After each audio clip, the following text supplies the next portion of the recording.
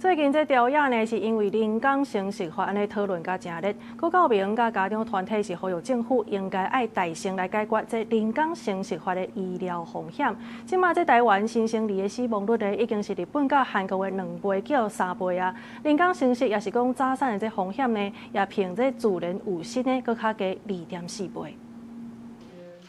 最近，朝野立委因为人工生殖法修法吵甲真热，各教民和家长团体拜三召开记者会。这期政府敢若强调人工生殖法会当改善卫生，增加未婚女性和同志的权益，却无讲清楚风险。人工生殖可能会造成早产，会出示体重伤过轻的风险，甚至根据 OECD 的统计，台湾新生儿死亡率是日本的3.5倍，韩国的2倍。很多立委都预估说我们接下来人工生殖会带来3万呐，台湾现在出生率是10万，所以你就可以知道已带来的一个风险度，早产跟低体重有多少了，对不对？各位真的去看人工生殖的 Google， 你把它查一下，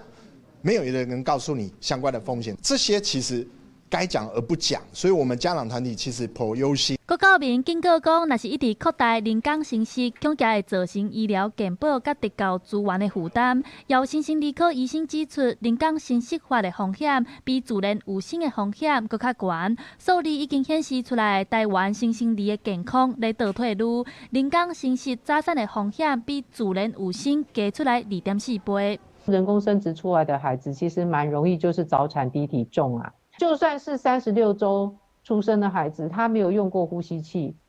他们的那个成年人的时候，到成年人的时候，他们的肺功能也是没有足月儿的肺功能好，而且会衰退的比较快。各教民也呼吁政府要拼生育率进前，应该先解决囡仔的健康问题。伫咧人工生殖咨询进前，爱清楚向民众说明早产和体重过轻的风险。同时，教育部也爱先准备好早疗和特殊教育的资源，才袂等到囡仔出世了后，才发现医疗和教育体系拢接袂调。记者陈亚轩、林旭凯台北报道。